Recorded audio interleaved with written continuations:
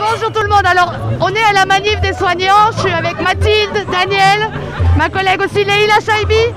Et pourquoi on est là aujourd'hui? Bien tout simplement pour montrer encore une fois que les citoyens, les élus doivent apporter leur soutien aux soignants des EHPAD, au personnel des EHPAD, aux auxiliaires de vie sociale, aux aides à domicile, parce que notre santé vaut mieux que leur profit.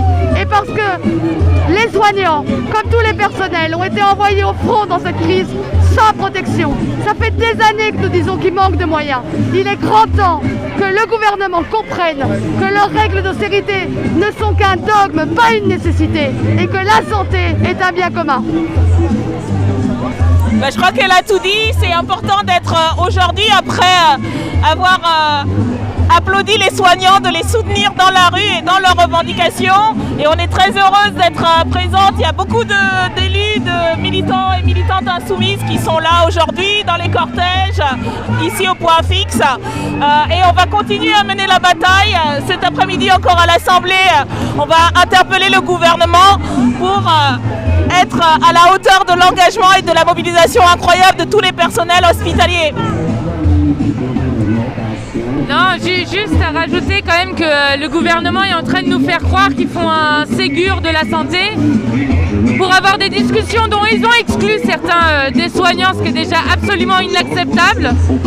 Et en fait, c'est juste une manière de faire une espèce de grande messe pour retarder encore les décisions à prendre, notamment sur la hausse des salaires, sur la fin de la suppression des lits, d'avoir du personnel supplémentaire, des moyens matériels supplémentaires.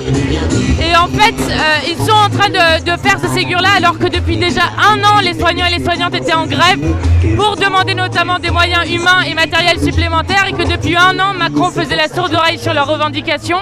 Donc on connaît déjà les revendications, on sait déjà ce qu'il faut faire.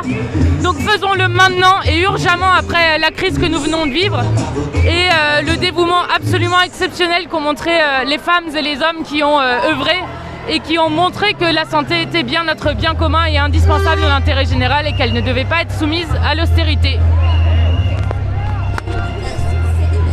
Il faut que le gouvernement il se rende compte qu'on n'oublie pas ce qui s'est passé pendant des semaines, on n'oublie pas toutes ces semaines où les hôpitaux ils étaient saturés, où les soignants ils ont donné leur journée, leur nuit pour faire en sorte que la pandémie elle fasse le moins de dégâts possible.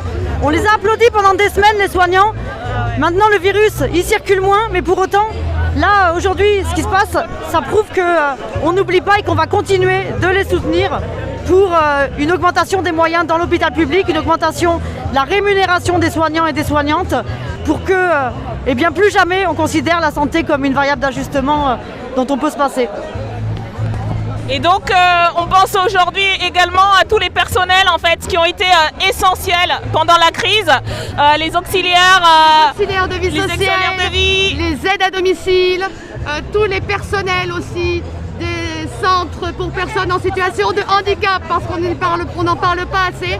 En fait, c'est tous les gens qui s'occupent des plus fragiles. Voilà. Et nous, c'est le monde qu'on veut. C'est un monde où on s'occupe et on revalorise tous ces métiers, y compris les personnels de caisse, les personnels de ménage, grâce à qui, en fait, on a réussi à survivre. Et voilà pourquoi il faut être dans la rue et continuer à se mobiliser. Merci à tous et à toutes.